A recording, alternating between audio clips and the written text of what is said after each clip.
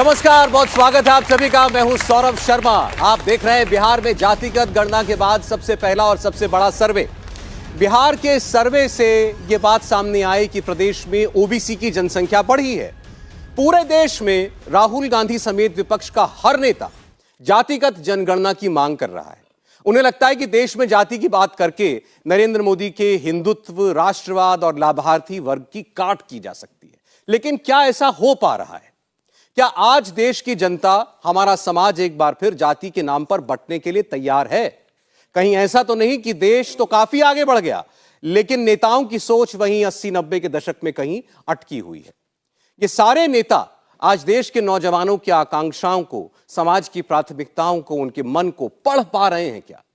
इसका जवाब आपको सर्वे के पहले हिस्से में मिल चुका है। जिस ओबीसी जनगणना के नाम पर देश में इतना बड़ा बवंडर खड़ा करने की कोशिश की जा रही है, उसके बावजूद प्रधानमंत्री पद के लिए ओबीसी वर्ग की पहली पसंद 64% के साथ नरेंद्र मोदी हैं। राहुल गांधी बहुत पीछे 15% पर है।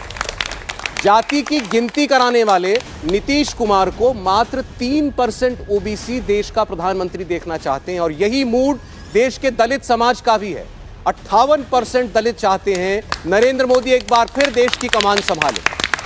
न राहुल गांधी, न मल्लिकार्जुन खड़गे, न मायावती, कोई नरेंद्र मोदी के आसपास दिखाई भी नहीं दे रहा। तो आइए अब हम आपको बताते हैं कि जब हमने इस सर्वे में देश के हर समाज, हर जाति, हर वर्ग का मन टटोला कि आखिर वो किसे बनाना चाहते हैं देश का प्रधानमंत्री, तो क्या जवाब मिला। मैं ओवरऑल डेटा की बात अब कर रहा हूं। इसमें दलित भी हैं, ओबीसी भी हैं, अनुसूचित जाति, जनजाति सब इसके अंदर मौजूद हैं, मुसलमान भी हैं इसके अंदर।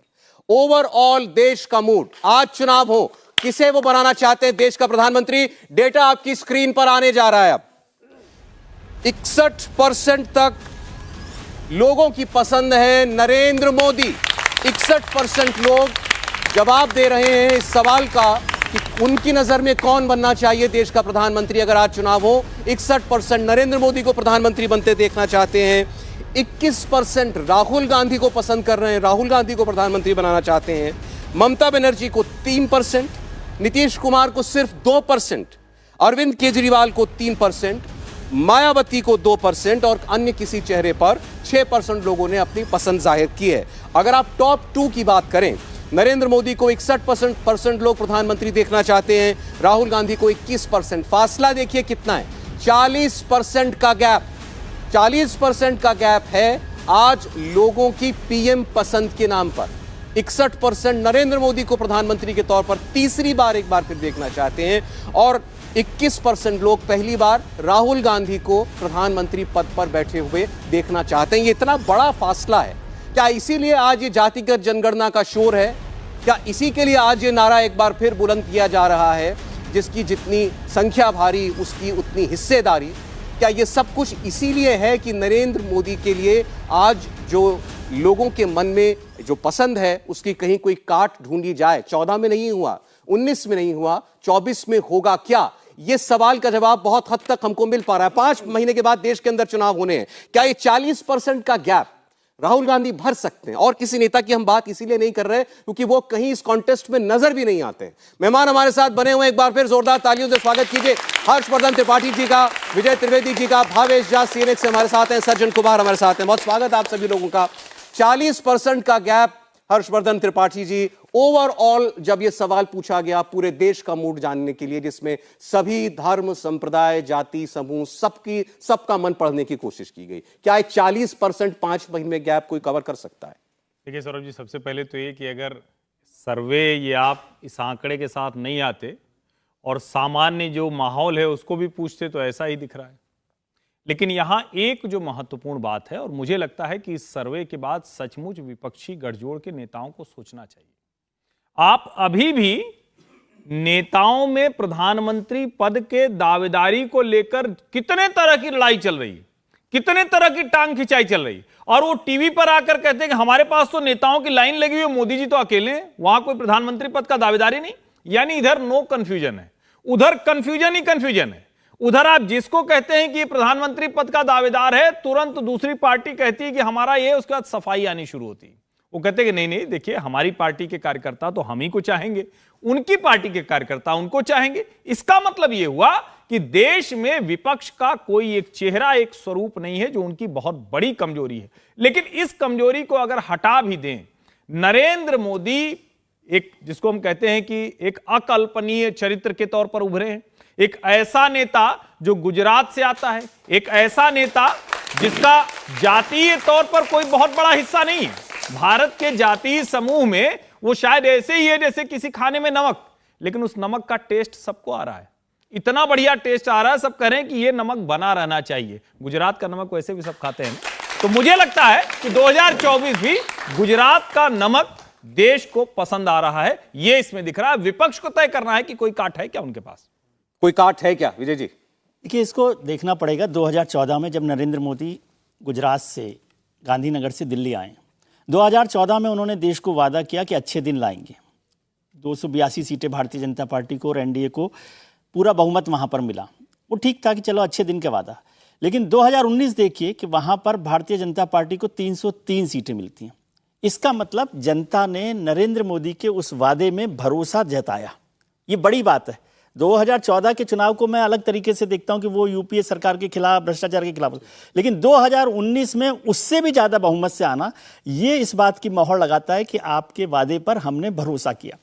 अब 2019 का चुनाव का नतीजा देखिए, उसमें 224 एमपी, 224 एमपी जो हैं वो 1 लाख से ज़्यादा वोटों से जीते हैं भारतीय जनता पार्टी के। भारतीय जनता पार्टी के 1 लाख से ज़्यादा विनिंग मार्जिन है, उससे जीते हैं। और 50% से ज़्यादा वोट वाले कम से कम 150 से ज़्यादा एमपीज हैं। तो ये भी उसका भरोसा है कि किस तरह से वहाँ पर हुआ है। आज आप देख रहे हैं कि जिस तरह की बात कर रहे हैं, आपने कहा कि 61% है और 40% का फ़र्क है 21%। इसकी वजह क्या है? एक तो मुझे लगा कि आप शायद इंडिया गठबंधन को तोड़ने के लिए आज भावेश जी ने तय कर लिया है कि यदि 21% राहुल जी के पास है और 3% 2% है और उसके बाद भी नरेंद्र मोदी से 40% का फर्क है, तो ये लड़ाई कैसे लड़ी जाएगी? तो ये महत्वपूर्ण है। तो मैं सबके नंबर जोड़ भी देता हूं। नहीं, नंबर जोड़ देंगे तब। राहुल गांधी 21%, ममता बनर्जी 3%, नीतीश कुमार 2%, अरविंद केजरीवाल 3%, मायावती 2%, कोई और 6%, 3, 2, 5, 8, 2, 10 और 21, 31%, तब भी 30% का गैप है। मैंने सबके जितने परसेंटेज लोग चाहते हैं बने अलग अलग नेता। तो इसका मतलब यह है कि सब लोग अपनी अपनी पार्टी के प्रधानमंत्री हैं। नरेंद्र मोदी जब 60% ऊपर हो गया, मतलब 50% से भी ऊपर, आप अभी तक हम लोग बहस क्या करते थे, यदि आपको याद हो कि पिछले चुनावों तक 2014 तक कि 30% का जिसको पास वोट मिल जाता है वो जीत जाता है। अब यहाँ 50% से ऊपर का आदमी जिसके पास नेता हो, जिसके पास 50% से ज़्यादा वोट हो, 61% वोट सर्वे में दिखाई दे रहा हो, तो वो देश का प्रधानमंत्री होगा ना। मतलब देश उसमें भरोसा जता रहा है। ये एक बड़ा परिवर्तन है हिंदुस्तान की राजनीति में। मुझे नहीं लगता कि जवाहरलाल नेहरू के बाद इस तरह के बड़ा बहुमत किसी को मिला हो।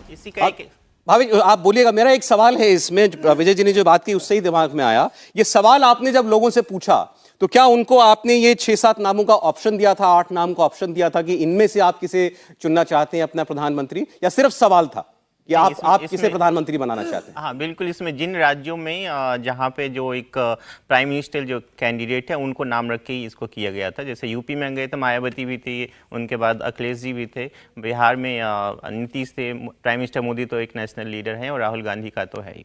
तो वो हर एक राज्यों में, जितने भी राज्यों में 12 राज्यों में किया गया था, तो उसको एक सवाल रखा गया था। जो विजय जी कर रहे थे मैं उनका एक एक्सटेंशन कहता हूँ। जो बीजेपी का जो वोट शेयर था पिछले 2019 लोकसभा में, देखिए बीजेपी और पूरे एनडीए को देखिए, 16 राज्यों में 50% वोट बीजेपी क्रॉस की थी। 50% वोट का मतलब है कि इन 16 राज्यों में तो बीजेपी क्लीन स्वीप की थी 16 राज्यों में। उसके बाद आप इसी तरह देखिए 224 जो एमपी की बात है, 224 एमपी में बीजेपी का वोट जो अपना वोट था वो 50% से ऊपर था। तो बीजेपी के देखिए, बीजेपी को पहले से पता था कि इस तरह के अलायंस होने जा रहे हैं। आपने देखा पिछला यूपी का, आप ध्यान दीजिए, यूपी में जब हम लोग सर्वे करते पिछले 5 साल पहले 2019 में, तो उस टाइम होता था कि 2 बड़ी पॉलिटिकल पार्टी का साथ आना अपने आप में एक बहुत बड़ी बात थी। क्योंकि यूपी में बीजेपी जहां 73 सीटें 2014 में जीती थी, वहां पे एक बड़ा सवाल था क्या बीजेपी कैसे इसको रिकवर कर पाएगी। लेकिन बीजेपी ने फिर भी उसको जीत के दिखा और लगभग 50% वोट अपने अलायंस के साथ, लगभग 51% वोट वहां पे पे लेके आई थी। तो देखिए, एक तो ये है कि अलायंस जब बनता है, तो एक देखिए हम लोग जब सेफोलॉजिस्ट इस चीज़ में देखते हैं, जब अलायंस बनता है और खासकर जो जातिवादी अलायंस जब बनता है, तो किसी भी मायने में 70-80% से वोट ट्रांसफर नहीं होता है। तो उस स्थिति में भी देखिए तो प्राइम मिनिस्टर मोदी के पास या बीजेपी के पास जो आज के डेट में जो वोट शेयर है, उसमें कहीं ना कहीं वो वोट जो वहां से छिटकेंगे उसका इजाफा ही होगा। ठीक है, देखिए मोटे तौर पर प्रधानमंत्री नरेंद्र मोदी की 3 कॉन्स्टिट्यूएंसीज मानी जाती हैं, यहां उनके 3 पोल प्लैंक माने जाते हैं। हिंदुत्व हम सब जानते हैं, राष्ट्रवाद, और तीसरा सबसे बड़ा एक लाभार्थी वर्ग जो उनके साथ पिछले 9, साढ़े 9, 10 वर्ष के अंदर जुड़ चुका है, वो भी करोड़ों के अंदर है, और उसका बाकायदा एक डेटा मेंटेन करती है भारतीय जनता पार्टी।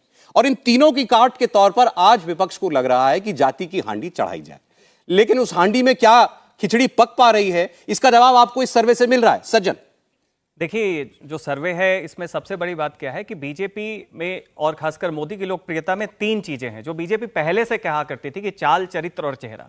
तो सबसे पहले तो आप चेहरा देख लें, जब से मोदी प्रधानमंत्री हुए हैं तो सवर्ण जो है वो तो भाजपा के साथ जुड़ ही रहे हैं, लेकिन जब तक पिछड़ा, ओबीसी और दलित और आदिवासी बड़े संख्या में बीजेपी के साथ नहीं आता है, तब तक इतना बड़ा गैप नहीं है। क्यों आ रहा है?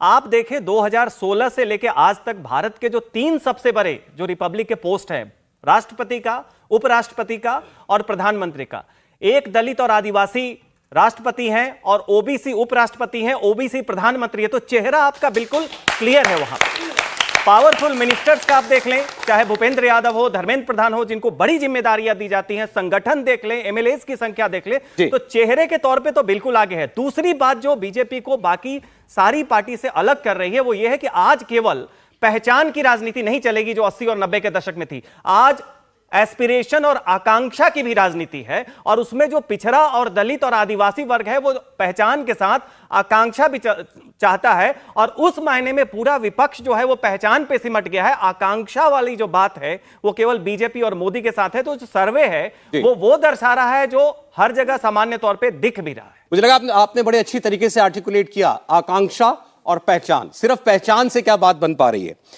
मैं आपके सामने अब एक ऐसा डेटा रखना चाह रहा हूं जिसको लेकर हम सब के मन में बड़ी उत्सुकता होती है। ये है ही ऐसा प्रश्न कि ये संख्या कितनी है, ये पिछली बार से घट गई या बढ़ गई। कितने % मुस्लिम मतदाता चाहते हैं कि नरेंद्र मोदी प्रधानमंत्री बने? डेटा मैं आपके सामने रखने जा रहा हूं। मुस्लिम मतदाता से यह सवाल पूछा गया, हमारे सर्वे में मुस्लिम रिस्पोंडेंट से सवाल पूछा गया। 3% मुस्लिम रिस्पोंडेंट्स ने जवाब दिया कि वो नरेंद्र मोदी को प्रधानमंत्री के तौर पर देखना चाहते हैं, सिर्फ 3%। राहुल गांधी को कितने मुसलमान प्रधानमंत्री के तौर पर देखना चाहते हैं? ये सर्वे जो है, सैंपल जो हमने किया, उसके हिसाब से देश का 52% मुसलमान तबका वो चाहता है कि राहुल गांधी प्रधानमंत्री बने। ममता बनर्जी के लिए 8% मुसलमानों ने अपनी राय जाहिर की, नीतीश कुमार के लिए 6%, अरविंद केजरीवाल के लिए 14%, अखिलेश यादव के लिए 8% और असदुद्दीन ओवैसी के लिए 5%। तो इसमें साफ है, आप देखेंगे जो लायंस शेयर जिसे हम कहते हैं वो 52% के साथ मुसलमान मतदाताओं का मन सीधे सीधे राहुल गांधी के साथ है। नरेंद्र मोदी के लिए जवाब आया केवल 3% मुसलमानों का। तो इससे बड़ा स्पष्ट है कि मुस्लिम मतदाता की पसंद कौन है, राहुल गांधी 52% वोट के साथ। लेकिन अभी बात हो रही थी पहचान की और आकांक्षाओं की। आज प्रधानमंत्री नरेंद्र मोदी ने एक सभा में जो बात कही वो सुननी भी हमें चाहिए और उस पर गौर भी करना चाहिए कि प्रधानमंत्री ने आखिर क्या कहने की कोशिश की। प्रधानमंत्री नरेंद्र मोदी ने कहा कि आज देश में जितने लोग ये बात कहते हैं कि जिसकी जितनी संख्या भारी उसकी उतनी हिस्सेदारी, तो देश के एक प्रधानमंत्री ने यह भी कहा था कि देश के संसाधनों पर पहला हक देश के अल्पसंख्यकों का और उसमें भी देश के मुसलमानों का है। तो क्या आज जिसकी संख्या सबसे भारी है यानी देश का हिंदू समाज, वो जाकर सबसे पहले अपना हक ले ले? सुनिए उनकी बात। कल से कांग्रेस ने एक अलग लाभ आरोपना शुरू कर दिया है। ये कांग्रेस के नेता कहते हैं, स्पष्टता करें, क्या आबादी के हिसाब से हक मिलेगा क्या? तो क्या अल्पसंख्यकों को कांग्रेस हटाना चाहती है क्या? तो क्या सबसे बड़ी आबादी वाले हिंदू अब आगे बढ़कर अपने सारे हक ले लें क्या? प्रधानमंत्री इससे पहले यह भी कह चुके हैं कि देश में केवल उनके लिए एक जाति है और वो है गरीबी, और देश में सबसे बड़ा काम अगर कोई है तो वो है गरीब का उत्थान, और यही सबसे बड़ा सामाजिक न्याय भी होगा अगर हम गरीब को आगे पहुंचा सकें। वो दूसरी बात जो कहना चाह रहे हैं, मैं जो समझा हर्षवर्धन जी, क्या देश में कोई सरकार ये सोचकर काम कर सकती है क्या कि मुझे जो वोट दे रहा है, जो सबसे बड़ी आबादी मेरे पीछे लगी हुई है, मैं केवल उसका काम करूं? आज अगर देश की हिंदुओं की आबादी में से हमने पीछे एक सर्वे किया था, 52% हिंदू मत जो है वो नरेंद्र मोदी के पीछे खड़ा है। तो आज नरेंद्र मोदी की सरकार ये सोचने लगे कि मुझे तो हिंदुओं का 52% मत मिलता है, तो मैं सबसे पहले शौचालय, सबसे पहले घर, सबसे पहले सड़क भी उन तक पहुंचाऊं, सबसे पहले पानी की पाइप भी हिंदुओं के घरों में ही लगाऊं। तो क्या कोई सरकार ऐसे काम कर सकती है क्या? नहीं, ऐसे भी करती तो देश का भला हो जाता। ऐसे भी नहीं किया। इस देश की सरकारों ने वोट बैंक की पॉलिटिक्स तो की, लेकिन जिनका वोट लिया उनका भी भला नहीं किया। सच्चर कमेटी की रिपोर्ट ये बता देती है। सोनिया गांधी जी ने 2018 में मुंबई में एक कार्यक्रम में कहा कि भाजपा ने हमारे ऊपर मुस्लिम परस्त पार्टी होने का चस्पा कर दिया है। अब भाजपा ने क्या चस्पा किया? आप जिस तरह की पार्टी चलेगी उसके लिहाज से व्यवहार, जैसे क्यों नरेंद्र मोदी को हिंदू वाला नेता कह देते हैं, व्यवहार करते हैं नरेंद्र मोदी उस तरह का। लेकिन इसके बावजूद जब आप सत्ता में बैठते हैं, और जिसको कहते हैं ना कि पंच परमेश्वर वाली कहानियां तो हम लोगों को सबको पढ़नी ही चाहिए। जब आप पंच की कुर्सी पर होते हैं तो न्याय होना चाहिए। जब आप सरकार चलाते हैं तो शासन का जो, जिसको कहते हैं ना कि उसका जो वहां से निकल रही गंगोत्री, उसमें कोई भेदभाव नहीं होगा, सबको बराबर डिस्ट्रीब्यूशन होगा। और वो इस सरकार की नीतियों में दिखता है। और एक बात मैं बार बार कहता हूं कि 2011 का सर्वे है जिसके आधार पर घर, शौचालय, कनेक्शन, उज्ज्वला, सड़क सब कुछ मिल रहा है। और इस सरकार ने कोई भी ऐसी योजना नहीं चलाई है जिसमें किसी वर्ग विशेष के लिए काम किया गया हो। शायद ये चीज है जो नरेंद्र मोदी को बेहतर प्रशासक के साथ ज्यादा लोगों की पसंद बना देती है। इस पर हम आगे भी बात करेंगे। जल्दी से कुछ सवाल आप लोगों के लिए, आप पूछिए। नाम बताइए अपना। नमस्कार सर, मेरा नाम प्रज्ञा मिश्रा है। मेरा आपसे यह सवाल है कि एक तरफ बात होती है सबका साथ, सबका विकास, सबका विश्वास, और दूसरी तरफ चुनाव के तुरंत ही पहले ये जातिगत जनगणना की बात हो गई, ऐसा क्यों हुआ? ये बात तो प्रधानमंत्री नरेंद्र मोदी कर रहे हैं, सबका साथ सबका विश्वास, और उसी की तोड़ के लिए विपक्ष सोच रहा है कि जातिगत जनगणना करा के इस सबके साथ में से कुछ साथ हमारे को मिल जाए, कुछ विश्वास हमें मिल जाए। ये एक एक्सरसाइज है। सौरभ जी ने एक लाइन प्रोग्राम शुरू करते वक्त बोली थी कि हमारे राजनेता जो हैं वो 80-90 के दशक की में अटके हुए, देश तो आगे बढ़ गया। मुझे लगता है राजनेता नहीं अटके हुए, राजनेताओं की सांस वहाँ अटकी हुई है, क्योंकि वो समझ रहे हैं कि 80-90 की जो 90 के दशक की राजनीति है, जिसे हम मंडल राजनीति कहते हैं, मंडल राजनीति से ही उनकी नैया को पार करवाया जा सकता है। मैं त्रिपाठी जी की बात में एक एक्सटेंशन करता हूँ। आपने कहा कि सरकारें जो हैं फायदा पहुंचाती हैं, क्या सबको पहुंचाती नहीं, लेकिन यदि नरेंद्र मोदी सरकार की योजनाओं को देखें, उसमें खासतौर से मुद्रा योजना को देखें, स्किल डेवलपमेंट पर काम करें, लोन की बात करें, तो उसमें माइनॉरिटी को 30% से ज़्यादा हिस्सेदारी मिली है, जबकि आबादी का हिस्सा 17% है।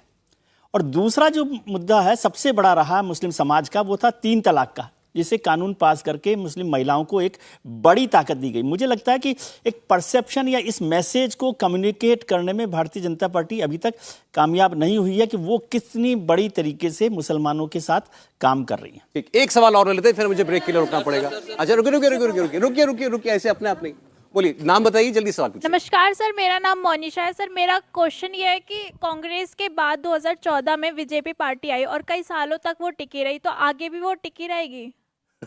अभी तक तो लगा आप चाहते हैं टिकी रहे या हट जाए? सर मैं चाहती हूँ कि टिकी रहे। अच्छा ठीक है। फिर तो सवाल कहाँ बचता है? पीछे एक जल्दी से दे दीजिए माइक। हम एक करके पूछिए, जिनके हाथ में आ गया वही पूछ लें। अब पूछ लीजिए। नमस्कार सर, मेरा नाम कोमल प्रिया चतुर्वेदी है। आपसे ये सवाल था कि हर बार इलेक्शन के टाइम पे खाली धर्म के बेसिस पे और जातिवाद के बेसिस पे क्यों सारी जजमेंट हम पास कर देते, कभी ये क्यों नहीं देखते कि कौन सी सरकार कितना डेवलपमेंट कर रही है, उसके बेसिस पे हम अपने वोट्स देने की कोशिश क्यों नहीं करते, खाली जाति और धर्म के ऊपर क्यों जाते हैं? ठीक है, जवाब नहीं, हिंदुस्तान बदल रहा है। मैंने अभी चर्चा की कि 2014 और 2019 में ये फर्क दिखाई दे रहा है ना, केवल धर्म के नाम पर यदि मैं सवाल थोड़ा सा उनका जो है इसमें अपनी बात भी जोड़ देता हूं। नरेंद्र मोदी जी की पार्टी भी जो है सिर्फ काम पर वोट क्यों नहीं मांगती, उसमें भी हिंदुत्व क्यों लगाती है? क्यों जरूरत है हमें धर्म की वोट मांगने के लिए? ये तो रियलिटी है ना अपने देश की। हमारे देश में कहा जाता we vote for caste vote, लेकिन एक्चुअली में होता वी कास्ट फॉर वोट, ऐसे होता है। तो एक्चुअली आप देखें अभी वोट फॉर कास्ट, तो आप रियलिटी देखिए। आप देखिए, इसमें मैं जोड़ दूं, आप लोग तो तय कीजिए ना कि धर्म जाति पे वोट नहीं दीजिएगा 2024 में। आप जिन्होंने सवाल पूछा, कोमल प्रिया और जो लोग भी हैं, आप लोग तय करिए ना कि नहीं देंगे तो ये सवाल अगली बार आपको पूछने की जरूरत नहीं पड़ेगी। चलिए ठीक है, आपके सामने रखा देश का सबसे लेटेस्ट मूड, सबसे ताजा सर्वे आज आपके सामने है, जातियों का सर्वे। आज अगर देश में चुनाव हो जाए तो 61% लोगों की पहली पसंद है नरेंद्र मोदी देश के प्रधानमंत्री पद के लिए। 21% लोग राहुल गांधी को अपना प्रधानमंत्री के तौर पर देखना चाहते हैं। ओबीसी जिसकी इतनी चर्चा है बिहार में, जिसके लिए जनगणना की गई, उसके 64% ओबीसी वर्ग चाहता है प्रधानमंत्री नरेंद्र मोदी बने। 15% ओबीसी चाहते हैं राहुल गांधी प्रधानमंत्री बने। दलित समुदाय में 58% वोट आज की तारीख में पड़ जाएगा, मुमकिन है पड़ना, प्रधानमंत्री नरेंद्र मोदी के लिए 20% दलित समाज में आवाज आती है राहुल गांधी के नाम पर। अब मैं आपको सामने रखने जा रहा हूं कि आखिर देश का सवर्ण वोटर, अगड़ी जातियां जिनको हम कहते हैं, फॉरवर्ड कास्ट जिनको कहते हैं, उनकी पसंद कौन है देश के प्रधानमंत्री के लिए। आज अगर चुनाव हो तो वो किसको अपने प्रधानमंत्री के तौर पर चुनेंगे, किसके लिए वोट डालेंगे। 70% फॉरवर्ड कास्ट से जुड़ा हुआ मतदाता नरेंद्र मोदी को प्रधानमंत्री के तौर पर देखना चाहता है। 12% राहुल गांधी को, 4% ममता बनर्जी को, 1% नीतीश कुमार को, 6% अरविंद केजरीवाल को और 7% किसी और को। तो आप देख रहे हैं कि जहां तक अगड़ी जातियों का सवाल है तो इसमें निर्विवाद रूप से 70% के तौर पर पहली पसंद नरेंद्र मोदी है। अब आपके सामने एक ऐसा सवाल जो वाकई गंभीर सवाल है कि आखिर वोट किस आधार पर डालता है हमारे देश का मतदाता, कौन सा फैक्टर होता है उसके मन में, कौन सा मुद्दा होता है। सवाल हमने उनके सामने रखा, क्या आप जाति के आधार पर वोट डालते हैं, अपनी जाति देखते हैं, जिसके लिए वोट कर रहे हैं उसकी जाति देखते हैं, या प्रधानमंत्री पद का जो उम्मीदवार है उसकी जाति देखते हैं। दूसरा, क्या धर्म के आधार पर वोट डाला जाता है। तीसरा, क्या नरेंद्र मोदी के नाम पर नरेंद्र मोदी को लाने के लिए वोट होता है, या फिर नरेंद्र मोदी को हटाने के लिए आज देश का मतदाता वोट करता है। आपके सामने चारों ऑप्शंस में जो हमें सर्वे में मिला उसका जवाब है 18% लोगों ने जवाब दिया कि वो जाति के नाम पर वोट डालते हैं। 27% लोगों ने धर्म के आधार पर वोट डालने की बात को बोली। 35% लोगों ने कहा वो नरेंद्र मोदी को एक बार फिर देश का प्रधानमंत्री बनाने के लिए वोट करेंगे, और 20% लोगों ने कहा वो नरेंद्र मोदी को प्रधानमंत्री पद की कुर्सी से हटाने के लिए वोट करेंगे। लेकिन आज इस बात को लेकर इतना बड़ा बवाल और तमाशा है कि आखिर किसकी कितनी संख्या है, जाति की संख्या गिनो, किस जाति के कितने लोग। ओबीसी में भी छोटी छोटी जातियां, ये जिनकी तादाद हजारों में है, उनकी गिनती देश भर में कराई जाए। 18% लोग कहते हैं उनके लिए जाति एक ऐसा मुद्दा है जिस पर वो अपना वोट देते हैं। इसके अलावा इससे बढ़कर 27% के लिए धर्म बड़ा है, 35% के लिए नरेंद्र मोदी का नाम बड़ा है, बल्कि 35 क्यों 55% कहना चाहिए। 20% वो भी शामिल है जो नरेंद्र मोदी को हटाने के लिए वोट करते हैं, लेकिन मुद्दा तब भी नरेंद्र मोदी है। तो 55% लोगों के लिए मुद्दा नरेंद्र मोदी है। इसके अलावा आप अगर देखें धर्म के नाम पर और मोदी को लाने के नाम पर, यानी हिंदुत्व के नाम पर और मोदी को लाने के नाम पर 62% लोगों ने अपना जवाब दिया। ये 62% लोग या तो अपना वोट हिंदुत्व के नाम पर देते हैं, या फिर ये नरेंद्र मोदी का चेहरा देख करके, उनका काम देख करके वोट देते हैं। आप किसी भी लिहाज से देख लें, कहीं जाति का गणित जो है वो कहीं फिट होता हुआ विपक्षी दलों का यहाँ दिखाई नहीं देता। लोगों की नज़र में इतनी इंपॉर्टेंट नहीं है आज उनकी जाति या उनके उम्मीदवार की जाति। आपने बिल्कुल जो बात शुरू में कही थी कि जो हमारे राजनेता हैं वो 80-90 के दशक में जानना चाहते हैं, लेकिन देश आगे बढ़ गया। ये सर्वे भी यही कह रहा है कि देश आगे बढ़ गया। वो 18% लोग हैं जो जाति के नाम पर वोट दे रहे हैं, हिंदुत्व और राष्ट्रवाद के नाम पर 50% 60% लोग वोट दे रहे हैं। नरेंद्र मोदी के नाम पर, चाहे वो विरोध में हो चाहे समर्थन में हो, वो 55% लोग वोट दे रहे हैं। इसमें एक और फिगर मैं आपको जोड़ दूं कि जो भारतीय जनता पार्टी को वोट देते हैं उसमें 10% प्लस वोट वो हैं जो नरेंद्र मोदी के नाम पर वोट देते हैं। मतलब जो 40% दे रहे हैं तो 50% इसलिए हो जाते हैं कि मोदी उनका चेहरा है। तो और मोदी को आप किस तरह से देखते हैं? मोदी को मैं व्यक्ति के तौर पर नहीं देखता। मोदी का एक इमेज है डेवलपमेंट को लेकर, जी बिल्कुल, राष्ट्र को लेकर, राष्ट्रवाद को लेकर, वो दोनों इशू इसमें जुड़ते हैं। इसलिए राष्ट्रवाद इस समय बड़ा मुद्दा है, विकास इस समय सबसे बड़ा मुद्दा है, और मोदी उन दोनों को आगे बढ़ाते हैं, इसलिए मोदी के साथ वो लोग आते हैं। 35% लोग जो धर्म के नाम पर आ रहे हैं, उसी का नतीजा आप वहां पर देख रहे हैं कि वो धर्म को मैं आज स्पेसिफाई नहीं करना चाहता कि किस तरह से आप धर्म को देख रहे हैं, लेकिन धर्म को किस तरह से वोट में बांटा गया है वो आपने पिछले वाले फिगर में देखा है। लेकिन 55% लोग देख रहे हैं नरेंद्र मोदी को, तो ये हमारी जो दूसरी पॉलिटिकल पार्टीज हैं उनको देखना पड़ेगा कि वो क्या स्ट्रेटजी पर काम कर रहे हैं। ये गलती तो नहीं कर रहे ओबीसी की जनगणना और जाति जनगणना को करके। ये सर्वे एक हो सकता है कि उनके लिए एक आई ओपनर हो। मैंने आपके लिए रिकैप कर दिया था, एक आंकड़ा शायद उस वक्त बताना भूल गया था कि मुसलमानों में पहली पसंद प्रधानमंत्री के लिए राहुल गांधी हैं 52% के साथ। ममता बनर्जी, नीतीश कुमार, अखिलेश यादव सब बहुत पीछे हैं। अरविंद केजरीवाल केवल डबल फिगर में आते हैं 14%। बहुत सारे सवाल यहाँ जो हमारी ऑडियंस में आज जो हमारे साथ उत्साही बालक हैं बहुत सारे, वो आपसे पूछना चाहते हैं, तो जल्दी जल्दी पूछिएगा अपने सवाल। चलिए पूछिए। नमस्कार सर, मेरा नाम मानसी है। मेरा क्वेश्चन ये है कि मोदी जी कहते हैं कि गरीबी हटाओ गरीबी हटाओ, तो अभी G20 जो समिट हुआ था इसमें तो सड़कों पे से गरीबों को ही हटा दिया गया था। ठीक है, तो हर्षवर्धन जी ये सवाल पहले भी एक बार आया था। नहीं, मुझे लगता है कि मानसी आपका सवाल बड़ा महत्वपूर्ण है, लेकिन शायद आपने खबरें ठीक से नहीं पढ़ी। गरीबों को कहीं हटाया नहीं गया था। कुछ जगहों पर जहां एयरपोर्ट से या कहें कि जो हमारे G20 के राष्ट्राध्यक्ष मेहमान थे उनके रास्ते में कुछ जगहें थी जो शायद उसको उस तरह से ठीक नहीं किया जा सकता था, तो वहां फ्लेक्स लगाए गए थे। तो आपके घर में भी मेहमान आएंगे तो मुझे लगता है कि उसको आप सजा संवार कर बेहतर तरीके से ही दिखाएंगे। बेटा बहुत सारे लोग हैं, काउंटर क्वेश्चन करेंगे तो बहुत समझ आएगा। पूछिए। एक सवाल केवल। नमस्कार, मेरा नाम धीरज चौबे है। मैं सवाल कर रहा हूँ, अभी वर्तमान में बिहार की जातिगत जनगणना आई है और इस जनगणना पे मेरा सवाल यही है कि बिहार में जातिगत जनगणना जो आई उसमें यादवों को ज़्यादातर प्रमुख लिया गया है सबसे ज़्यादा, और बिहार की स्थिति और या यूपी की स्थिति में यादवों और मुसलमानों की जो वोट बैंक है, ये दोनों सपा और जेडीयू आरजेडी की मुख्य जो है वोटर हैं। तो क्या यूपी और बिहार के अलावा जो ये दो पार्टी जो केवल जाति को, धर्म के अंदर जाति को बांट रहे हैं, और ये जो बीजेपी पार्टी है ये धर्म की बात कर रही है, ये दोनों मिलजुल के हमारे देश में ये जाति और धर्म में बांट रहे हैं, क्या इस तरह से हमारा देश का विकास संभव हो पाएगा? नहीं, मुझे लगता है इसमें कोई कंफ्यूजन नहीं होना चाहिए। देश अब जहां खड़ा है वहां जाति और धर्म की राजनीति की कोई जगह नहीं है। आपकी जात या आपका धर्म आपके लिए सम्मान गौरव का विषय होना चाहिए, लेकिन जब आप वोट करने जा रहे हैं तो उस पार्टी को ही वोट करें। और मुझे लगता है कि डेवलपमेंट एजेंडे को सेंट्रल स्टेज में लाने का काम नरेंद्र मोदी ने किया है, इसमें कोई संदेह नहीं। पूछे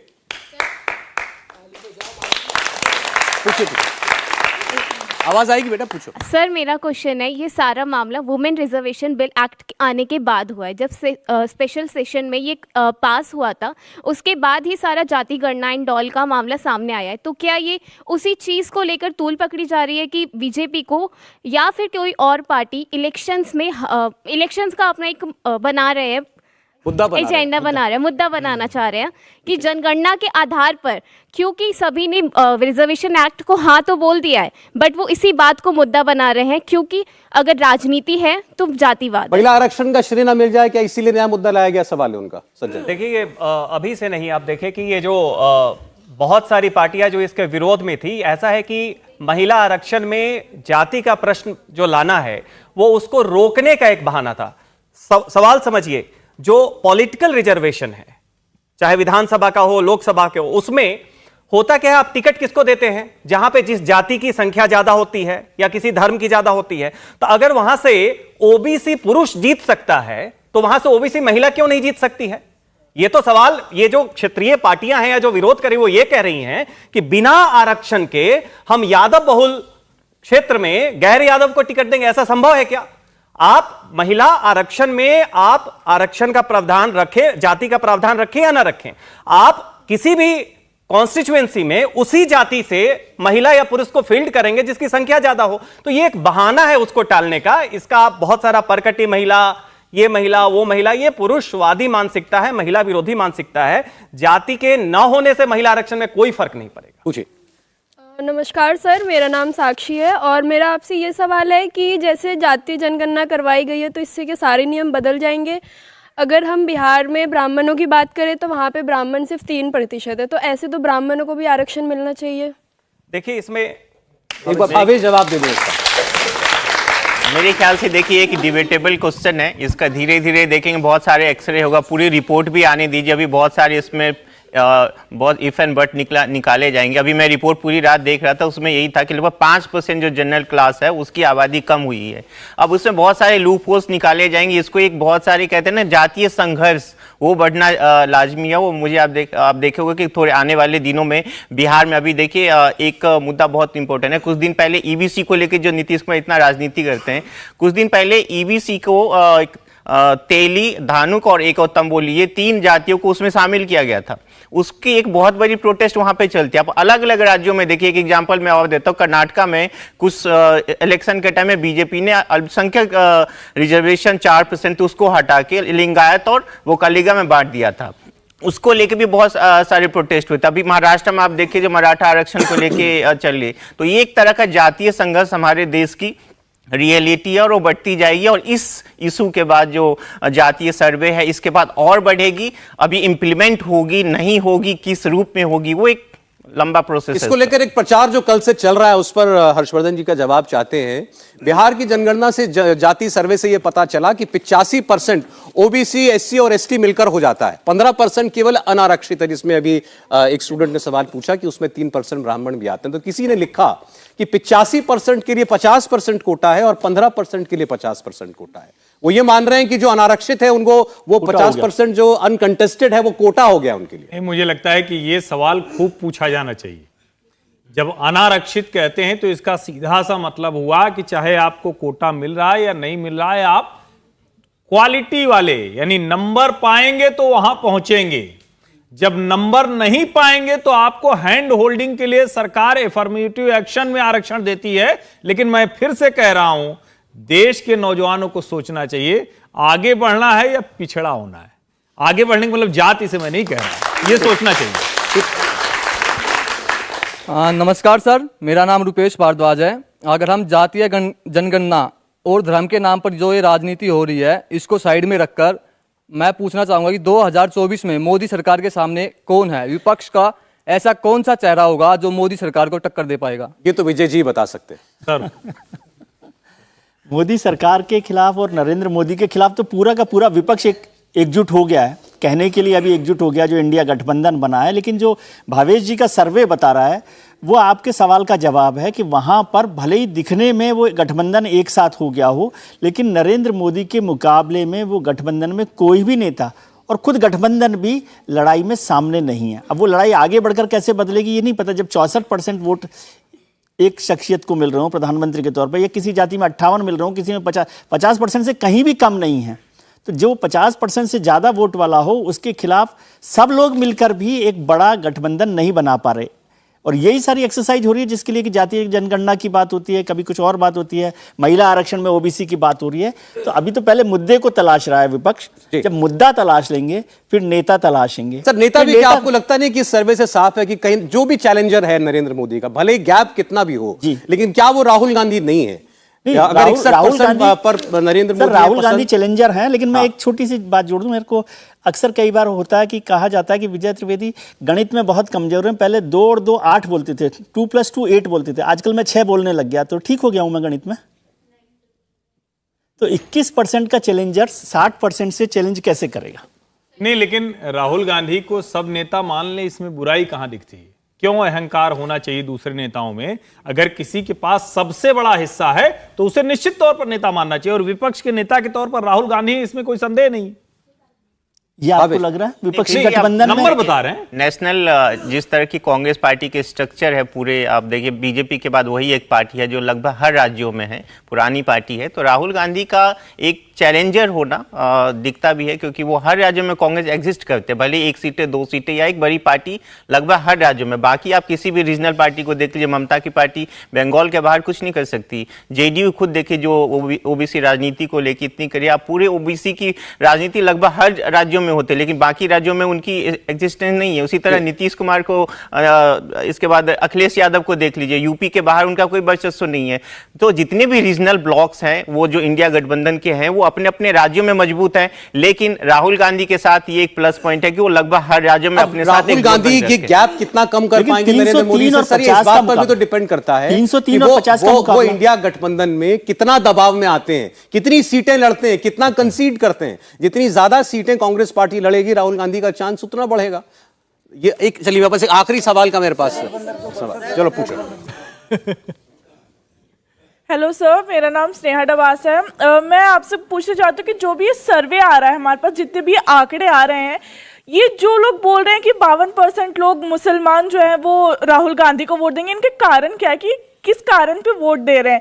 और इनके अलावा भी जो लोग वोट देते ही नहीं है, कितने ही लोग वोट देने ही नहीं जाते, उन आंकड़ों का क्या इन पे कोई फर्क पड़ता है? देखिए, एक तो आपने एक दूसरा आंकड़ा देखा होगा, इसका दूसरा आंकड़ा देखा होगा कि बहुत सारे लोग ऐसे हैं जो धर्म के नाम पे वोट देते हैं। तो उसमें एक बड़ा तबका हुआ है जो धर्म के नाम पे वोट देते हैं, वो बीजेपी को पसंद नहीं करते। तो उसके बहुत सारे रीजंस हो सकते हैं, चाहे बीजेपी के कुछ नेताओं के बयान ऐसे हो सकता है या बहुत सारे दुष्प्रचार भी उसमें शामिल हो सकता है। तो एक तो वजह ये है कि वो आंकड़ा बीजेपी के नेगेटिव में जाता है। दूसरा, आप देखेंगे कि जिस तरह का माहौल है उसमें आप एक तरह किसी एक धर्म को लेके बात करेंगे तो फिर दूसरा धर्म तो नाराज होगा ना। इस तरह की चीजें करेंगे तो हिंदू मुस्लिम होते ही रहेगी।